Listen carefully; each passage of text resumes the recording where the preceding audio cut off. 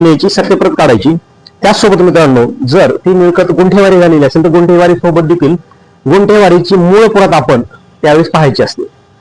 त्यासोबत मित्रांनो गुंठेवारी असेल अथवा येणे असेल त्यासोबतच जो लेआउटचा नकाशा असतो तो लेआउटचा नकाशा देखील आपण पाहायचा असतो आणि त्याला नगर रचना विभाग तसेच संबंधित कार्यालयाने कलेक्टर ऑफिस असेल एसडीओ असेल यांनी मंजुरी दिलेली आहे का आणि असे डॉक्युमेंट हे प्रमाणित प्रतीत घ्यायचे असतात।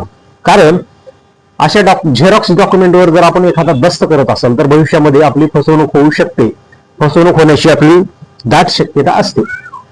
त्यामुळे असे डॉक्युमेंट्स करत असताना आपण प्रमाणित प्रती शक्यतो त्या कार्यालयातून आपण काढून घेऊन स्वतः खात्री करून त्या तपासल्या पाहिजेत किंवा आपल्या ओळखीचे कोणी वकील असतील किंवा कायदेशीर ज्ञान असलेले व्यक्ती असेल तर त्या व्यक्तीकडून या सर्व बाबींची खात्री करून घ्यायची, या सर्व बाबींची माहिती आपण गोळा करायची असते।